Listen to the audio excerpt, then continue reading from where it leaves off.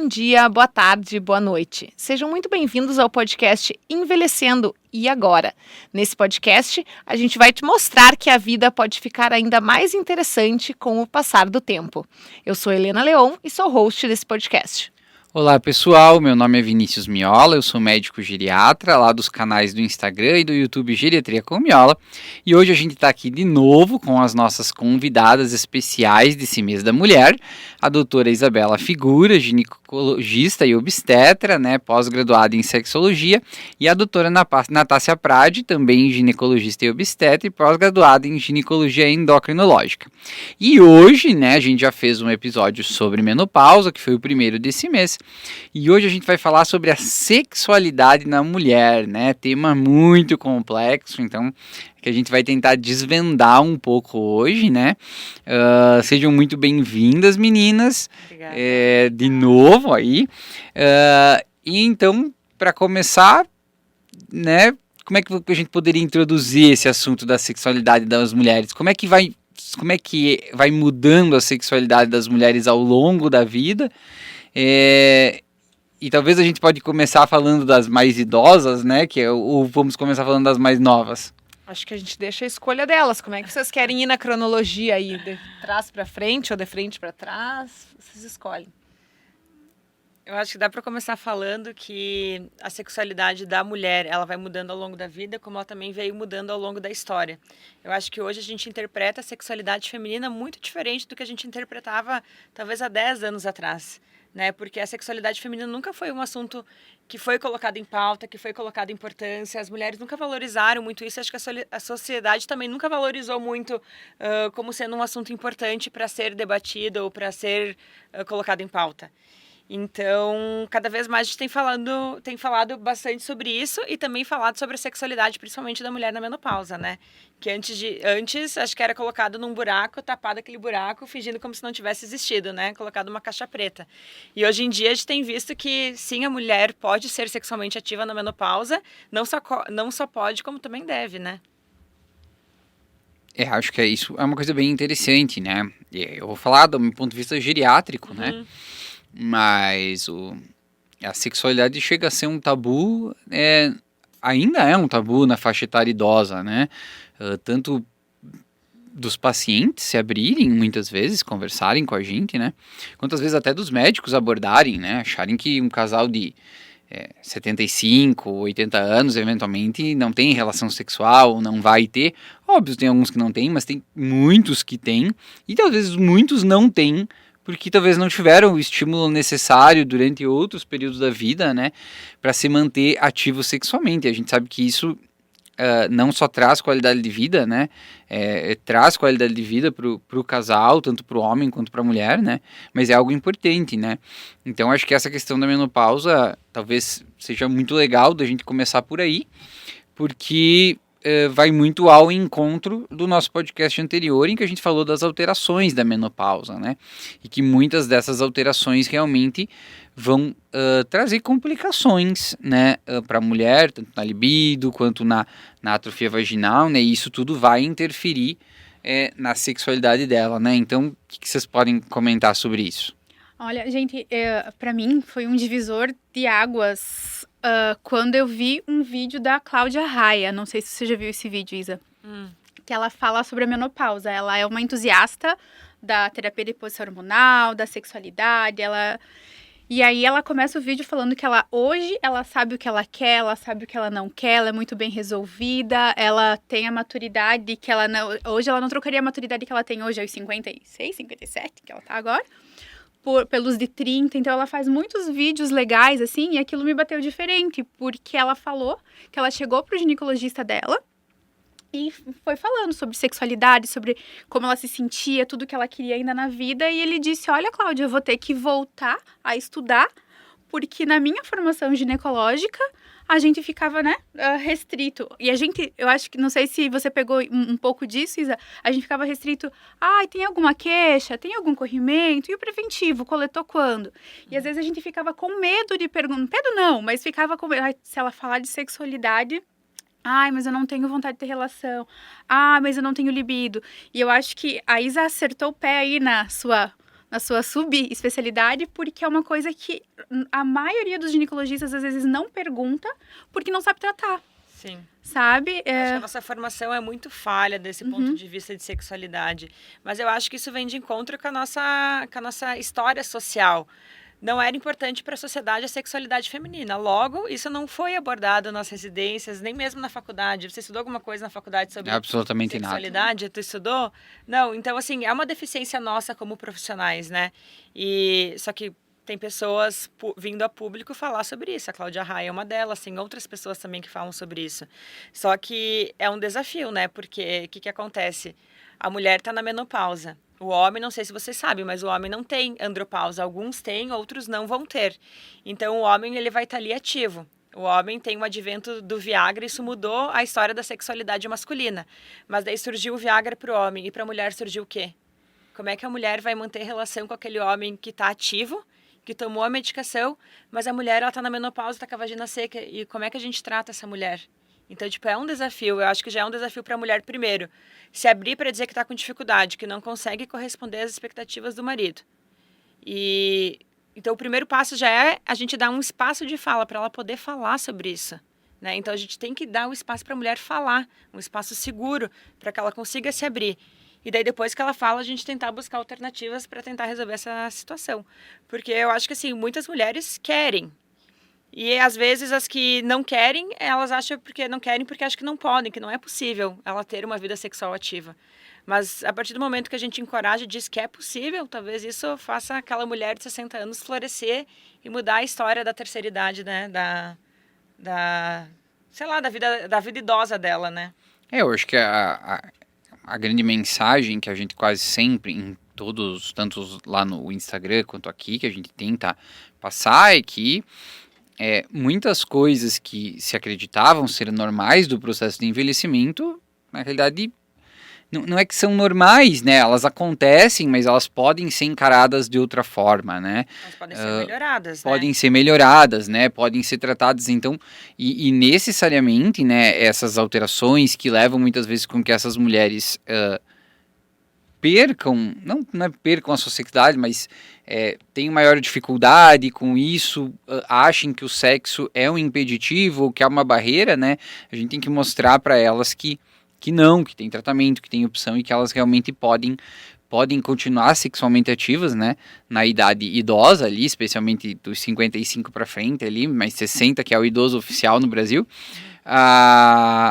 e que isso vai fazer bem para elas, né, tanto pro casal, né, quanto para elas também, né, então acho que isso é muito importante. Mas você falou uma coisa que é muito verdade, a gente tem que dar espaço para que isso seja conversado, né, e acho que se a gente não tem...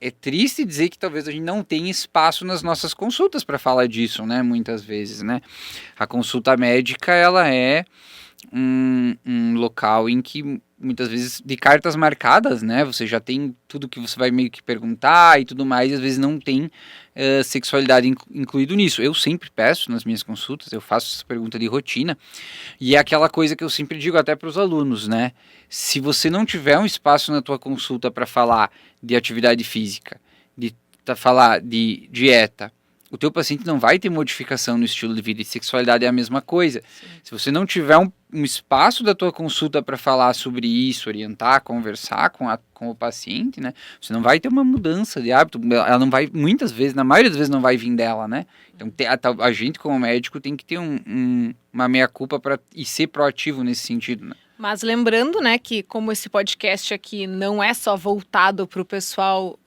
da medicina, né, lembrar, então, né, não sejam esse paciente que não pergunta, né? Sejam o paciente que questiona, que quer saber, que quer entender o seu tratamento, né? E aproveitem essa facilidade que hoje as redes sociais nos dão, né? Então, porque hoje a gente pode ir lá no Instagram, encontrar a doutora Natácia, encontrar a doutora Isabela, né? E ir lá e perguntar livremente, né? Semana Tem caixinha passada... de pergunta, né? Não, sim, semana passada a Isa abriu uma caixinha exclusiva sobre sexualidade. E ela ainda falou que era pra não ter vergonha, que era pra soltar a franga, ela falou no Instagram. Várias soltaram, sabe? Eu achei assim que o pessoal ia ficar muito tímido fazendo perguntas, mas não. Eu acho que o pessoal se sentiu num espaço seguro pra para de fato perguntar.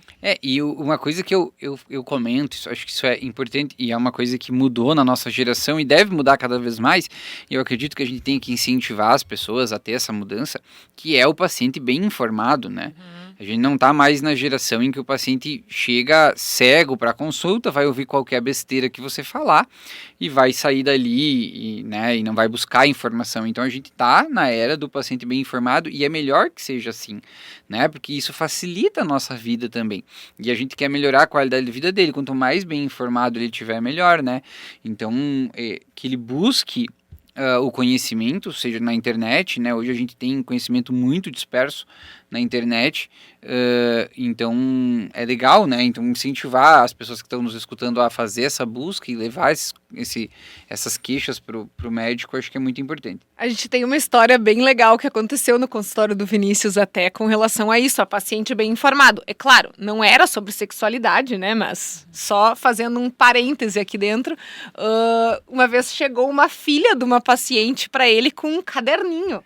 Ela assistiu todos os vídeos do YouTube dele, do Instagram, na verdade, na época a gente nem tinha canal do YouTube ainda. Ela assistiu todos os vídeos e os posts e a gente sempre coloca nos posts, assim, algumas perguntas, tipo, isso já aconteceu com você já viu esse sintoma? Ela respondeu tudo, ela tinha um caderninho com tudo respondido, tudo que ela já tinha notado da mãe dela e o que ela não tinha notado. E ela já chegou com o diagnóstico da mãe dela. Ela chegou lá para confirmar que era aquilo, né? E no fim ela estava certa, infelizmente, né? Porque não foi uma coisa legal, mas ela estava certa. Mas eu lembro da realização do Vinícius, tipo, ele chegou para almoçar em casa realizado, que, tipo, meu Deus, chegou uma pessoa lá que ela já sabia tudo, ela tinha estudado, ela se informou, e ela foi com a informação na consulta para bater o martelo, claro, e para tirar as dúvidas dela. Mas é muito mais fácil tratar um paciente bem informado. Um paciente bem informado adere muito melhor ao tratamento do que aquele que vai lá e não questiona nada e só toma porque o médico disse que era para tomar e... né? Vai lembrar de voltar no médico quando tiver ruim de novo só. Eu acho que isso até é legal falar, que é muito mais fácil tratar o paciente que não é paciente, porque até a palavra paciente é o que ele é, o quê? Senta na cadeira, fica pacientemente esperando que você dê alguma coisa para ele. Quando, na verdade, o nosso papel como médico é ser um facilitador da cura do paciente, né? Ou seja, a gente vai facilitar o processo de cura e de tratamento. A gente não vai ali impor uma ideia e o paciente vai acatar aquela ideia, vai sair daí, vai fazer o tratamento que tu passou sem nem questionar, sem nem estudar, né? Sem nem ir atrás do conhecimento igual a paciente tua fez. Ela foi atrás do tratamento dela, né? Legal. Muito bem. Então, e voltando agora para o tema do podcast, quais são as principais queixas que o pessoal, nas consultas, que as mulheres trazem com relação a esse tema no consultório do ginecologista? Idade geral? No geral. Como você... Eu acho que acho que a diminuição de libido é o principal, assim, e elas não sabem exatamente o que é a diminuição de libido, né? Uhum. Eu acho que, não sei se Isa me ajuda aí, sexóloga, gente, né? Então, assim, a gente tem que diferenciar, talvez, a preguiça da... Sério, pior que é sério. Eu sei. A preguiça da falta de libido, tá? Então, assim, cheguei cansada, tô estressada, tô preocupada, né? Mas e aí, quando começa, é bom? Não, é maravilhoso. Não, sim, só dá uma, né? Que o negócio vai diferente, de repente, de destruir o hipoativo sexual, assim, né? Que sim. Também entra como a falta, a dificuldade de início também, né, Isa? Vai lá. Isso. Não, eu acho que a premissa básica é a gente entender como é que funciona o desejo sexual feminino. Diferente do homem, que o homem ele costuma ter um desejo espontâneo, ou seja, o homem tá lá, do nada ele tem uma ereção e surge o desejo de ter a relação. Da mulher isso não acontece. Então o desejo sexual da mulher, ele é responsivo, ou seja, a mulher vai responder a algum tipo de estímulo. Então às vezes o estímulo pode ser, a parceria chega, faz um carinho, dá um beijo, em resposta a isso, a mulher vai ficar com desejo, vai ter uma excitação e daí vai ter vontade de ir para a relação. Ou às vezes ela vai assistir um filme, vai ver uma cena, isso vai despertar o desejo. Então, quando a mulher chega com a diminuição da libido, ela precisa entender que a diminuição da libido é quando A gente é estimulada de alguma forma e mesmo assim não tem o desejo de iniciar uma atividade sexual. Mas a maioria das mulheres chega a queixa, eu não tenho libido. E elas acham que a libido precisa Vem vir do além. céu, sabe? Aham. Tipo aquela luz que rompe o céu, Tipo, cai agora na mulher, eu quero pá, ter libido. quero transar. Isso não Aham. vai acontecer. Exato. Então, eu acho que a principal questão é a Entender. psicoeducação. A psicoeducação, a gente explicar para aquela mulher que o desejo ele não é espontâneo, ele vai ser responsivo. Eu faço uma analogia assim, ó, que nem academia. Primeiro você diz, meu Deus, que coisa, vou ter que ir na academia. Aí você vai. Aí, de repente, você foi, beleza, dali a pouco você tá olhando o look da menina do lado. Dali a pouco você tá, onde é que você comprou essa calça? Aí você vai. Dali a pouco você diz, nossa, tô vendo, né? Tô vendo vantagem aqui, agora eu vou começar dietinha. De repente você começa a dieta, de repente você começa a fazer marmita, de repente você tá lá, na frente do espelho. Né? Uma analogia, assim, no sentido de que a libido, ela tem que ser alimentada. Não é aquela Isso. coisa do além. Você tem que pensar num look, né? Ou a falta dele, mas enfim. No look, você tem que pensar numa coisa diferente. A gente tem que fazer um planejamento, né? Sim. Olha, hoje, então, eu vou jantar sei lá, um camarão. Você tem que pensar, não, hoje eu vou fazer alguma coisa especial para. Então, a mulher, ela tem que entender que se ela se estimular, ela vai responder muito melhor. Dentro da área da sexualidade, a gente chama isso de script sexual. Então, da mulher que está queixando de falta de libido, qual que é o script sexual que essa mulher está tendo? Ela pensa em sexo, ela conversa com a parceria sobre o sexo, ela consome algum produto, seja visual, seja música, seja podcast, seja vibrador, relacionado ao sexo, porque se aquela mulher nunca pensar sobre o sexo, como é que ela vai ter vontade de transar se ela nunca pensa sobre esse assunto? Né? Então, o script sexual ele precisa ser alimentado. E daí eu sinto que acho que esse é um grande desafio na mulher que está na menopausa. Por quê? Porque a mulher que está na menopausa veio de uma outra geração, onde E às não se vezes falava sobre E às vezes sexo. nem veio com uma vida sexual excelente. E aí a gente ainda tem mais esse desafio na menopausa. Além Sim. das mudanças fisiológicas da menopausa, secura vaginal e diminuição até de sensibilidade, né? A dor, né? E aí ela chega na menopausa, já não vinha numa vida sexual super maravilhosa, e aí ela chega na menopausa e diz, mas eu nunca fui muito mesmo, então...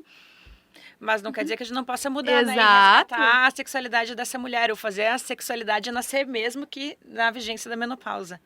Mas só voltando ao que tu perguntou, Vini, você perguntou sobre as principais queixas, né?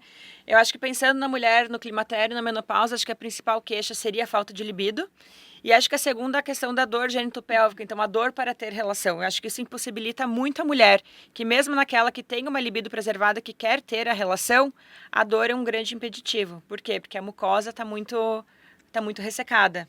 Então, acho que daí cabe bastante o papel do ginecologista entrar com terapias para fazer com que a mucosa vaginal dessa mulher seja restaurada para que ela, de fato, possa ter uma relação. Sim, Né? com certeza. Acho que isso vai ao encontro do que a gente comentou, né, sobre os tratamentos da terapia de reposição hormonal, né, na menopausa, tanto sistêmicos quanto tópicos, né, que a gente comentou no outro episódio.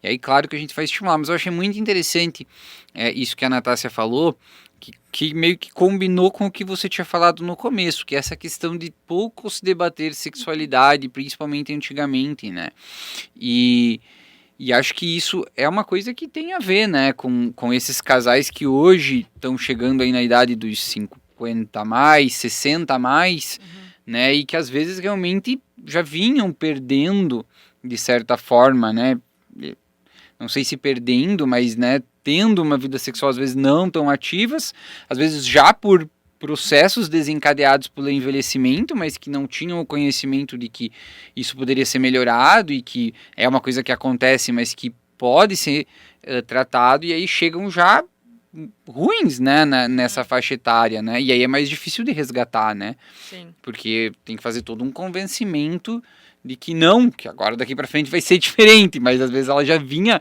mal por muito tempo e você vai ter que resgatar ela, né? Então isso é complexo, né? E dependendo, né, se vem ali o mesmo casal de um longo tempo, né, muitas vezes até ali o relacionamento já tá afetado por isso, né? Como é que é? Mas, olha, tem 2 tipos de casais que vão no consultório. Os tentantes, os pré, né? 3 tipos. As gestantes que vão com um parceiro e as pacientes com distúrbio sexual na menopausa, que elas vêm com o marido buscar... viu, doutora? Diga pra ele que eu não posso mais. Que eu tenho dor. Ele não entende que eu tenho dor. Eu tô desconfortável e a paciente, às vezes, cheia de sintoma de climatério, de menopausa, a paciente vai se trocar, o parceiro olha pra mim e diz, não tem um remedinho pra dar pra ela ficar mais... Sabe? Então, assim... Querido! Sabe? Entra um casal... Não é nem idoso, vou dizer 50 a mais, assim, 50 né? mais, 50 né? mais, isso. 50 a mais. Entra o casal, eu já Casal sei. maduro. Entra um casal que ou vai tentar... Entra o casal, eu digo já, ou é queixa sexual, ou é tentante, ou é gestante. Então, assim, o parceiro vem, só que o parceiro, na minha opinião, não sabe as vias de... Ao mesmo tempo que a paciente vem, buscando diz pra ele que eu não tô conseguindo, que eu tenho dor. Ele vem pra querer um milagre. Sim. Quando, na verdade... Milagre em casa, Fica a dica, né? Então aí, que é para as mulheres que estão ouvindo o podcast, indicarem o podcast de menopausa para os maridos, né? Para eles entenderem melhor também, né? Não só para as mulheres escutarem, mas também para a gente influenciar os homens a escutarem o podcast, tanto esse quanto o outro, né? E já que é para eles ouvirem, né? Sermão agora! Vocês achavam que sermão era só em casa, marmanjos? É muito fácil, desculpa, não, mas é muito fácil você estimular. O homem, ele acha que, nossa, chegou perto, 10:30 da noite, pôs a mão e o negócio vai. Gente, a relação sexual começa no vinho, que ele olha e diz, viu, comprei um vinho pra gente tomar na sexta-noite. Sabe? A relação sexual começa no lavei a louça pra gente conseguir assistir um seriadinho e ficar junto. Ali que começa. Não é assim... do além, né? A mulher quer que venha do além, o homem quer que venha do além, que seja uma coisa mais... E é fisiológico, mas não é tão fácil de chegar. A mulher, ela tem dificuldade pra engrenar. Então, homens, é a flor que traz... não adianta passar o dia inteiro discutindo e de noite querer... Achar que vai resolver achar que assim, vai resolver assim, sabe? Tem quem resolva assim, mas tem mulheres que não, que precisam de um estímulo a mais. Então, homens... Claro, e o sexo começa muito antes do fato da penetração, né? O sexo é troca, ele é intimidade, então é uma construção que o casal vai tendo ao longo do seu relacionamento. Então, como você falou, é do vinho que compra à 1h da tarde para querer tomar lá às 10 horas da noite. Então, é uma construção que o casal precisa entender. E isso o homem precisa entender também, né? Que o prazer feminino é diferente do prazer masculino. O prazer masculino tem um estímulo, sobe lá em cima, tem um orgasmo, resolução, acabou e deu. A mulher não, a mulher precisa de um estímulo contínuo e duradouro, senão a coisa não vai funcionar. E isso seja para mulher adolescente, para mulher adulta, para mulher madura e para mulher idosa, é da mesma maneira. Né? Muito legal, acho que... Mas agora então que, já que a Isa falou aí, citou as várias fases da vida, como que a gente poderia dizer que muda a sexualidade ou não muda, né? Da adolescente, da jovem adulta, ali chegando na nossa idade, e depois para as mulheres mais maduras, né? Já que a gente já falou das mulheres na menopausa, né? E as outras. Eu acho que a mulher precisa sempre se reinventar ao longo da sua vida, porque assim, na adulta jovem, na mulher jovem, é tudo uma novidade. Primeiro que a gente tem a questão dos hormônios, então os hormônios por si só já fazem com que a nossa libido fique mais intensa.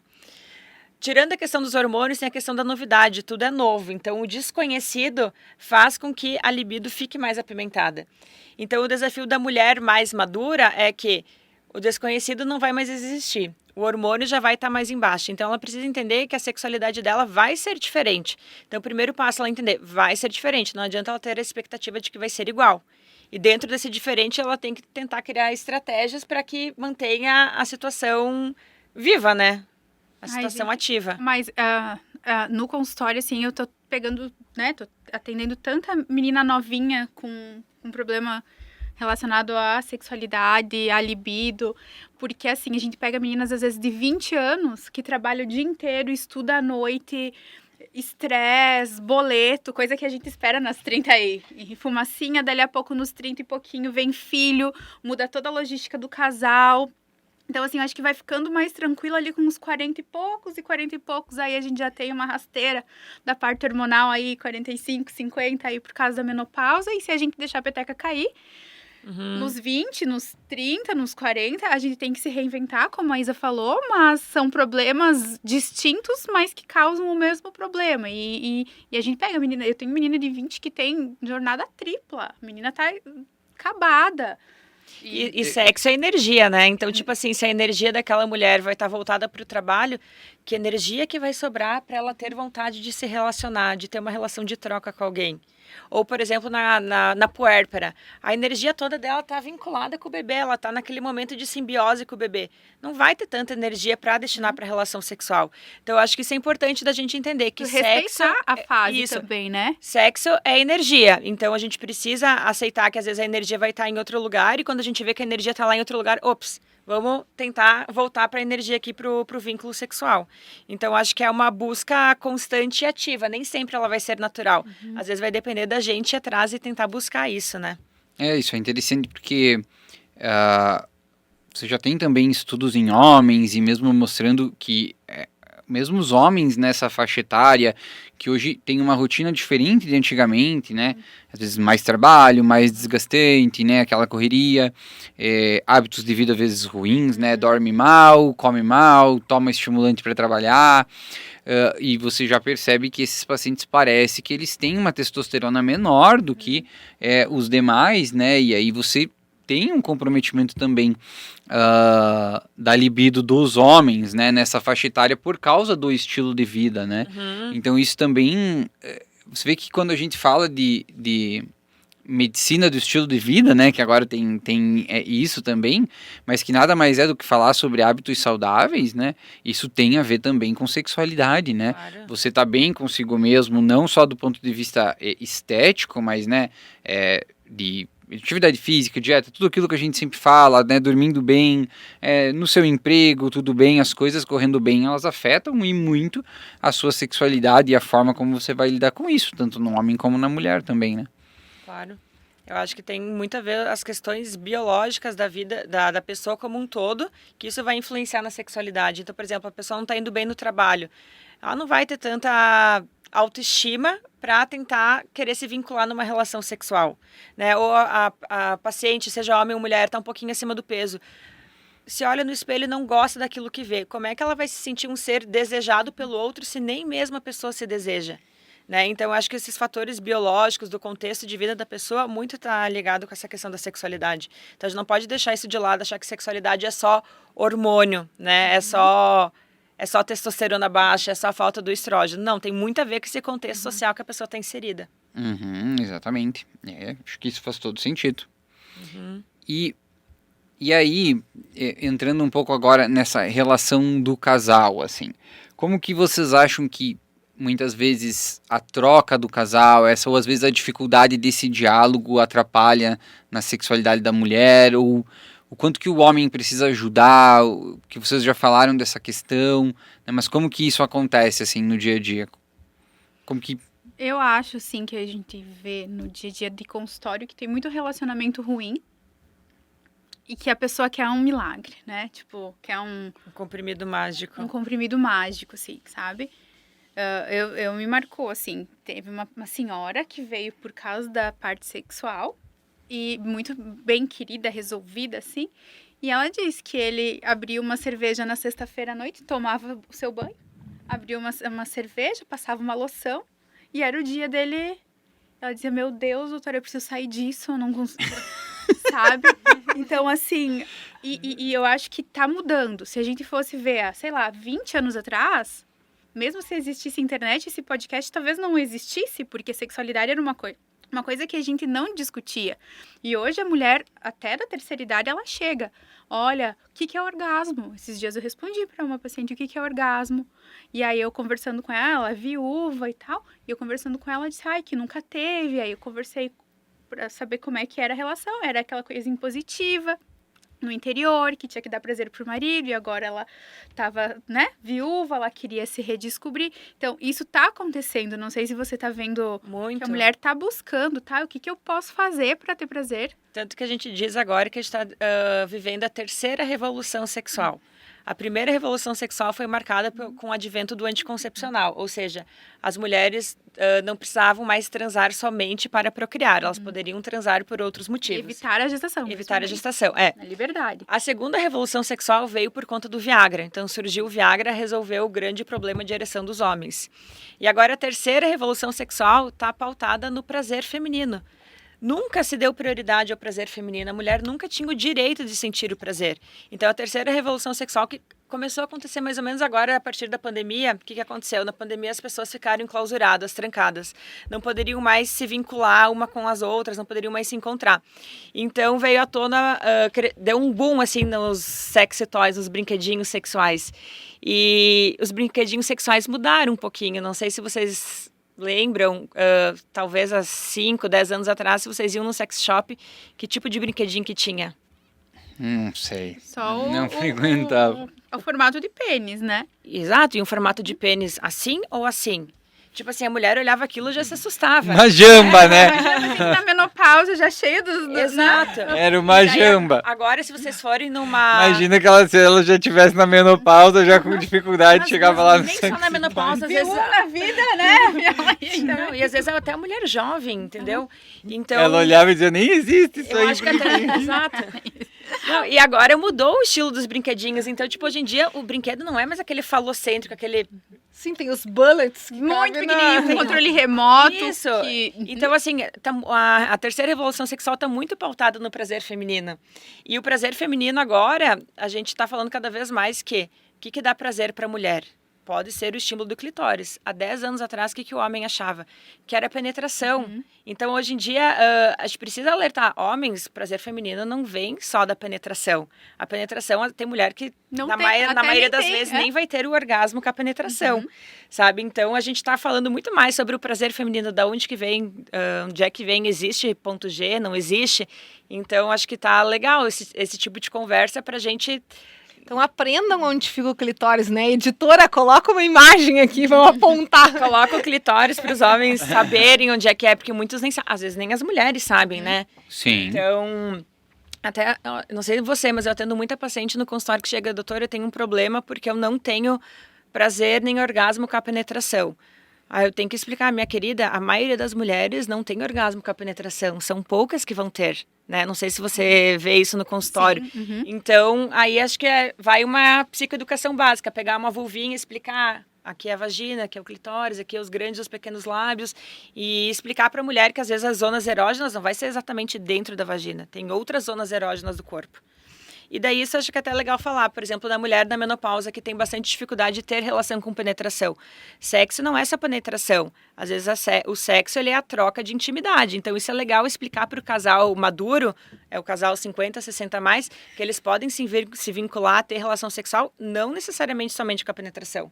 Às vezes com uma carícia, com um beijo, com um oral, com um estímulo de clitóris, né? Inclusive, pensando em comorbidade masculina, né, Miola?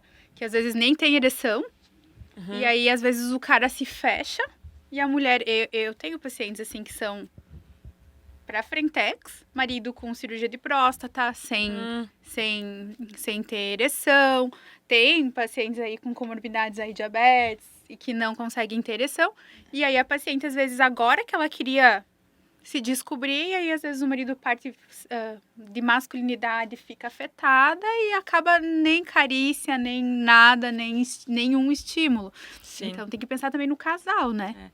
Até isso da questão do distúrbio de ereção masculino, não sei se tu costuma falar isso no teu consultório, mas ele é um grande preditor de como está a saúde global do homem, porque Com a certeza. principal causa uma das principais causas de ereção é a doença vascular, né? Então, um homem que tem colesterol alto, que tem hipertensão, que tem diabetes, às vezes nem tão diagnosticado, e o primeiro sintoma que ele vai ter É é disfunção erétil. disfunção erétil, né? Com certeza. Quanto mais vasculopata, né, mais comórbido for o homem, maior a chance de disfunção erétil, né? E aí entra tabagismo, entra fatores de risco cardiovasculares num geral, né? Todos. Obesidade, né? Obesidade, né? Então isso piora muito.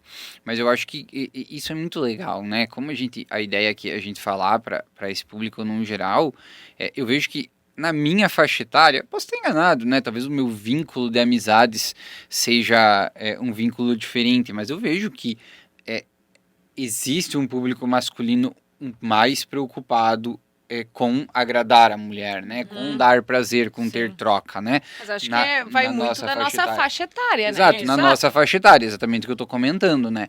Talvez, então, a nossa grande dificuldade hoje em dia é realmente atingir esse público um pouco mais velho, vem dessa geração que ainda não falava sobre isso, né? Não tava, mas não era tão ligado à informação, e aí acabava, junto com o desconhecimento, tendo, às vezes, um impacto na vida sexual muito importante, né? Acho que esse público mais velho encara a sexualidade como a consulta de maçaneta, sabe? Tá indo embora do consultório e pegou na maçaneta. Ai, doutora, então eu tô com um problema sexual, sabe? Porque espera ao longo da consulta, não tem coragem de falar e antes de ir embora, botou a mão na maçaneta, começa a falar sobre queixas sexuais, né? A queixa de maçaneta. Tem que perguntar, né? Exato. Deixar a queixa virar de maçaneta. Claro. A gente tem que criar esse espaço, né? Exato. Acho que cabe nós, profissionais da saúde, criar um espaço seguro para isso. Com certeza, com certeza. Não costuma acontecer muito lá no consultório, mas eu acredito que, né, tem essa queixa. Na ginecologia acontece muito de ser a queixa da maçaneta. Tu nota isso? Sim, mas e também notei que é a principal queixa às vezes de libido. Sim. Vem por causa... Não, minha rotina ginecológica faz 4 meses, mas foi assim. Então, assim, eu acho que a queixa de maçaneta é mais pra quem tá mais velho, assim, 40 e poucos. Uhum. Hoje, a menina de 20 anos senta e diz, viu? Bati a palma. Desculpa. Viu? Preciso resolver aí que eu tô com a libido baixa. E é aquilo que eu falei, estilo de vida, estresse. Isso aí. Mas é que, realmente, a gente tem uma comunicação mais aberta. Ninguém aqui tem vergonha de falar sobre sexo, né? Então, é bem mais tranquilo. Acredito que também dentro dos casais na nossa faixa etária, seja bem mais tranquilo essa conversa, né? Mas e aí, quando chega esse casal, por exemplo, né? Então, que nem a Natácia citou, né? Que tem a mulher que tem uma queixa importante, e o homem que, quando ela vira as costas, ele pede, né, para você resolver o problema para ele. Como é que é a abordagem, geralmente, assim? Como que tem sido a abordagem de vocês nesse cenário? Eu acho que o primeiro é dar o espaço seguro para o casal trazer esse tipo de situação, tá? Então, o casal falou. O segundo passo, como médico, eu acho que é a gente dar informação, fazer a psicoeducação, porque às vezes só explicando para o casal como funciona, isso já vai ser a resolução dos problemas deles, né? E também essa questão de alinhar as expectativas. Às vezes o casal 50 mais, 60 mais, quer ter uma vida sexual ativa tal qual quando eles tinham 30, 40 anos. E a gente precisa alinhar as expectativas, que hoje eles são pessoas de 60, não mais de 40. O organismo é outro, o relacionamento é outro. Então, a relação sexual também vai ser diferente. Tá? Então, acho que o principal ponto é fazer esse alinhamento de expectativas. Se a gente não alinhar a expectativa, o casal vai sair frustrado da consulta, porque você não resolveu o problema, você não deu a pílula mágica que fez o casal de 60 transar como quando eles tinham 40. E, na verdade, a maioria das vezes, eles querem a pílula mágica. Né? A maioria das vezes... Mas isso é normal, mas acho que, cara, essa questão de alinhar as expectativas é algo muito importante dentro da medicina, né? Porque, especialmente, talvez, quando a gente está dentro do processo de envelhecimento, né? Porque, claro, existem coisas que a gente não tem mais como fazer, né? Então, a gente precisa orientar os pacientes realmente que é diferente, né? Não vai ser igual, né? E que talvez não dê para ser como era antes. Então, sempre essa questão de educação e alinhar a expectativa do paciente, mesmo quando a gente está propondo um tratamento, né? Então, até onde que a gente consegue chegar, o quanto que vai melhorar, né? O quanto que eu, como médico, né, sou responsável pela tua melhora, né? Então, olha, você tem um problema, vamos dizer que esse problema é 100%, eu tô te dando um remédio, esse remédio ele consegue te ajudar em 20, 30. Os outros 70% vai precisar vir de você, né? Então, vai ter tuas mudanças com relação à sexualidade, vai ter a mudança do marido que vai precisar ser melhor, né? Isso em se falando dessa questão, né? Mas eu sempre digo, o meu tratamento é só uma parte, né, da etapa, e vai ter a tua parte, né, e a gente tem que alinhar até onde que a gente consegue chegar juntos, né, mas acho que isso é muito importante. Mas a gente falou aqui bastante dos tratamentos que a gente poderia chamar de não farmacológicos, assim, né, então das abordagens, da conversa, do toque, da companhia, do vinho, de todos os estímulos extras que a gente pode estar que a gente pode e deve, né, incluir aí nesse tratamento, entre aspas, né? Mas o pessoal que vai na consulta e quer a pílula mágica, né? Qual é esse tratamento que eles poderiam receber, assim? Falando em tratamento farmacológico, o que tem disponível para ajudar esses casais, assim? Olha, pensando na mulher, por exemplo, na que queixa de que não consegue ter relação porque tem muita atrofia, a vagina está seca. Então, a gente pode fazer uma reposição hormonal local dentro da vagina. Se ela tiver indicação, uma reposição hormonal sistêmica. Hoje em dia, muito se fala também das tecnologias do laser vaginal. Então, o laser vaginal melhora muito, muito, muito, muito a questão da atrofia vaginal. Então, isso a gente utiliza muito para mulheres que estão na menopausa. Então, seria, acho que, questão de medicamento intravaginal, medicamento sistêmico, laser vaginal, fisioterapia pélvica também ajuda a restabelecer bastante a musculatura da vagina da mulher, então isso ajuda bastante. Eu acho que uma coisa importante também é descartar outras causas de dor pélvica, endometriose, doença inflamatória pélvica, que tem algumas... As pacientes às vezes acostumam a sentir dor, né? Dor na penetração profunda, por exemplo, uma doença inflamatória pélvica, que é uma bactéria, digamos assim, e ela tem, faz 10 anos que eu tenho dor na penetração profunda. E essa paciente não consegue ter prazer na relação sexual porque ela tem dor. Então, normalmente a gente... o marido achando que o negócio que é muito grande não era. Não era, não. Geralmente não é, né? Normalmente um conjunto. Às vezes, terapia com psicólogo, que também ajuda, às vezes a fisioterapia pélvica, como a Isa falou, as energias, mas também descartar doenças base que possam estar causando desconforto, além da atrofia, né? E isso, eu queria pegar o gancho, só para não deixar perder essa oportunidade, porque os distúrbios neuropsiquiátricos estão muito presentes tanto na mulher, mas muito no homem também, né?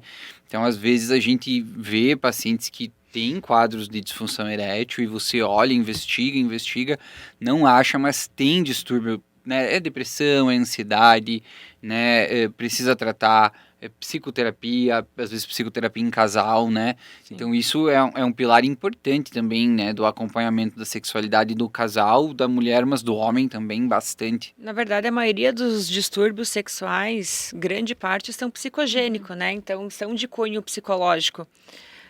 Da história de vida da pessoa, como é que ela foi criada, né? Então, é importante a gente abordar isso. E descartar também, eu acho que é bem importante a gente falar sobre vaginismo, que é uma contratura involuntária da musculatura, que a gente na consulta, né, vê um geral, mas também tem o exame físico, ginecológico, às vezes vulvodínia, que são dores vaginais em pontos específicos, que também tem tratamento, tem outros aí para vaginismo, fisioterapia, até botox, tem muita coisa aí para oferecer. Beleza, então, mas e essa questão do laser, como é que é? Explica melhor sobre isso aí, só para as mulheres entenderem, porque senão às vezes ela vai achar que vai queimar, não sei como é que funciona, explica melhor um pouco. Eu vou falar um pouquinho, depois a Ana complementa. O laser, ele é uma energia, tá? Então, essa energia, ela é uma energia térmica, então o calor vai agir ali na mucosa vaginal e ele vai queimar, destruir um pouquinho essa mucosa vaginal com o intuito de estimular essa mucosa a produzir novas células de colágeno. Então, o objetivo do laser é produzir colágeno da vagina para que a mucosa vaginal se reestruture, aumente a lubrificação, aumente a quantidade de vaso sanguíneo, então que o tecido melhore, tá? Então, nada mais é do que uma energia térmica que vai causar um calor, um dano tecidual, e em resposta desse dano tecidual a gente vai acabar produzindo mais colágeno. Basicamente é isso. Aí o laser a gente pode usar para atrofia vaginal, para incontinência urinária, para queixa de quem tem escurecimento da região genital, para quem acha que tem os lábios muito grandes para fazer aquele procedimento da ninfoplastia, né? Se a Ana quiser comentar um pouquinho mais. Não, tu foi brilhante na tua, né? Acho que era mais ou menos isso. Muito legal isso aí, né? Então, acho que é legal isso também, porque são novidades, né? Que às vezes o pessoal nem sabe que existe ainda, né? E muitas... Hoje a gente tem muitas opções, né?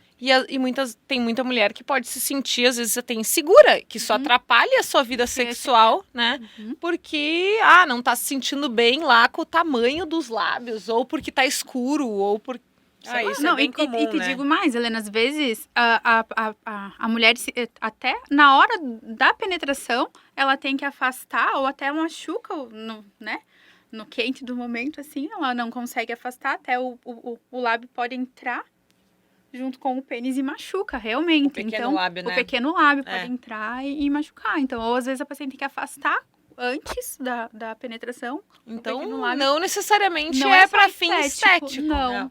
Na verdade, é mais por um fim funcional. Hoje em dia a gente fala, tipo, estética íntima, mas o principal objetivo é restabelecer a funcionalidade. Ah, o lábio é grande demais ao ponto que machuca para ter relação, machuca para usar uma calça jeans, ou gera um dano psicológico que a paciente não quer ter relação porque acha os lábios grandes demais. O objetivo de fazer o procedimento é restabelecer a funcionalidade, né? A estética vem num segundo ponto. Né? Porque a gente Muito usar o laser ou esses procedimentos só para fins estéticos, eu vejo que não tem muito sentido, Eu né? acho que nem a nomenclatura que a gente fala estética íntima cabe. Eu acho que é tão mais amplo que a gente poderia dar a parte regenerativa mesmo, Isso, assim, restabelecer a funcionalidade, né? Exatamente, então... Muito legal, viu, mulheres? Tem muitas opções boas, né? eu Então, acho que a gente faltou falar de testosterona, porque eu acho que deve estar Ah, todo é mundo que vai verdade. assistindo aí. A testosterona, e a testosterona. Ah, é? Ah, então vamos Ah, falar. Porque acho que isso aí, meu Deus, é muito comum no consultório. Chega a mulher, doutora, eu preciso usar a testosterona porque eu tô com a libido baixa. Tipo, achando que a testosterona vai resolver A vida. a vida, né? E eu acho que uma coisa que é importante explicar também, que a gente não falou, que a sexualidade é como se fosse uma pizza. Várias fatias da pizza compõem a sexualidade da mulher. Então, existe a questão da autoestima, a questão hormonal, a questão do relacionamento, a questão do estilo de vida. E a parte hormonal é só uma fatia dessa pizza. Então, assim, não adianta a gente repor a testosterona se todo o resto tá ruim. Não vai melhorar a sexualidade daquela pessoa, seja no homem ou seja na mulher, né? Então, tem alguns fins que, de fato, a testosterona cabe, que ela pode trazer algum benefício, mas são casos específicos, não um caso global de todo mundo, Eu né? acho que a gente até poderia falar, né, sobre o distúrbio ativo sexual, que, em teoria, na reposição hormonal, a única indicação da testosterona na mulher seria no distúrbio ativo sexual, né? Que pela literatura que a gente vai, né? Baixar os guidelines, assim, né? Sim. Tá, que seria? O que é? A testosterona é um hormônio, basicamente, que é um hormônio sexual masculino, tá? Só que esse hormônio sexual masculino, ele tá muito associado com a energia, com a libido, com a força. Então, mulheres que estão com a testosterona baixa podem ter algum distúrbio de libido, tipo de desejo sexual, que é o desejo sexual hipoativo que a Ana falou. Então, nesse caso, a testosterona pode trazer algum tipo de benefício. A gente repor esse hormônio. Que ela Mas quer qual saber o que distúrbio seria o- hipoativo sexual. Eu entendi a pergunta. O que é o distúrbio hipoativo sexual? Seria, eu vou deixar para sexual, eu vou falar aqui a gineco geral, tá? Seria a dificuldade de iniciar, mesmo com o estímulo, de estar lá no quente do momento, tá olhando pro teto, até vai, mas não consegue manter ou não consegue ter orgasmo. Então, isso seria o distúrbio hipoativo sexual. E o que é uma taxa normal de testosterona em A mulher? gente não dosa. Teoricamente, a gente não dosa. E mesmo quando dosa, a gente não tem valores de referência Não. para mulher, É queixa entendeu? clínica. É. Você trata a clínica. Você, em teoria, não precisa dosar. Laboratorialmente falando, né? Não precisa dosar. Esses dias, enfim, tava com umas amigas e uma delas falou: meu Nutri me dosou minha testosterona e minha testosterona tá baixa. Daí uma outra amiga já disse: viu, já vamos lá. Nananana. E aí eu olhei, tava com a Sofia, né? Eu tava com a minha pequenininha. Eu olhei e disse: tá, mas tu tem alguma queixa relacionada à baixa testosterona? Ela disse: não, ótimo, faço. Não vou nem falar o que ela faz, que às vezes dão spoiler aí. Não, tá ótimo, vida sexual maravilhosa. Falei, então não tem indicação. E a minha, não teria indicação de repor. Daí todo mundo se olhou, sabe? Então tá uma coisa muito, nutricionista. Banalizada, né? Banalizada. Esses dias peguei prescrição de nutricionista com gel de testosterona manipulado, paciente tentante que vai na galera aí, nutrologia, que nem sabe o que tá usando, acha que tá usando um gelzinho, tá usando testosterona, tentando engravidar, não conseguindo. Então, assim, a gente tem que cuidar, porque tá meio banalizado a história da testosterona. Assim. A única indicação, na verdade, a gente dosar a testosterona é quando a gente já está fazendo a reposição, quando a paciente tem queixa clínica, a gente dosa só para ficar acompanhando o grau que tá a testosterona no organismo. Mas, tipo, na vigência do tratamento, na vigência da reposição. Mas, em teoria, se a paciente tem queixa clínica, não é porque ela tem... eu não tenho queixa clínica, minha testosterona no laboratório, no exame laboratorial tá baixa, não devia nem ter dosado. Uhum. Mas se ela vai repor, ela vai ter que acompanhar, né? Mas testo sempre é uma coisa complexa, né? É muito Discutido. discutido. Ainda mais agora aí que o nosso querido CFM proibiu os médicos de prescreverem testo para fins estéticos, né? Uhum. Então isso fica ainda mais complexo, né? Porque... Mas isso aí acho que dá pano pra manga pra um outro podcast, né? Ah, com certeza, né? Falar de testo com fins estéticos, aí a gente vai ter que ir para outro cenário. Mas isso é interessante, né? Isso que a Natácia falou que eu não sabia, né? Que não se dosava. Mas porque é engraçado, né? Porque daí a gente vê ali os médicos do Instagram, né? Que às vezes tem a sua prescrição, o seu pedido de exames pronto já, né? Para todos os pacientes. Mas vou te E dizer... que às vezes dosam, Guria, né? mas vou te dizer que às vezes a paciente, se você não dosa, a paciente não fica satisfeita. É. Você, eu quero fazer uns exames hormonais, que eu tô assim, então, sabe?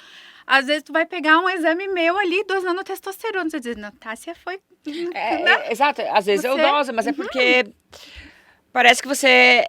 O paciente interpreta como um mau médico se você não pede 1 zilhão de exames que ele vai gastar fortunas no laboratório, sabe? Então, a gente acaba às vezes fazendo alguma Essa coisa. educação a respeito de exames, né? A respeito de...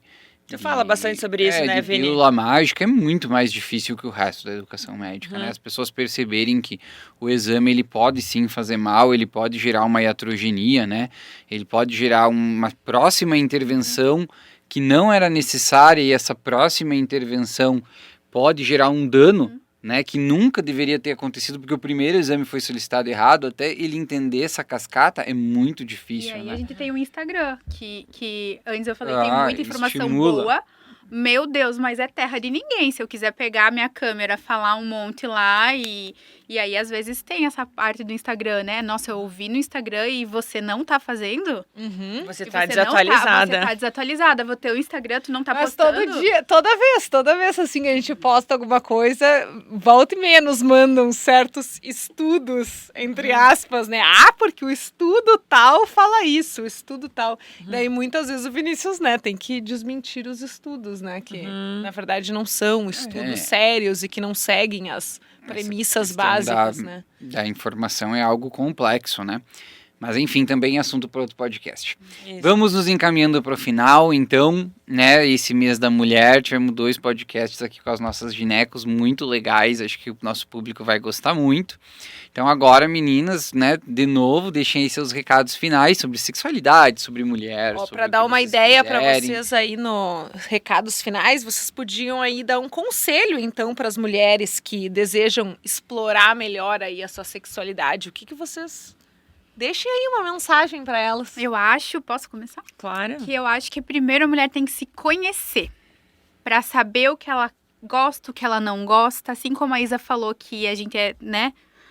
Olha, tu tem que ter orgasmo com sexo com penetração, né? Com penetração. Eu acho que vocês têm que se descobrir pra depois saber o que direcionar pro parceiro. Acho que a gente espera muito do parceiro, né? Que o parceiro vá lá e dê E um adivinhe. jeito e adivinhe e aí o negócio não fluiu e você...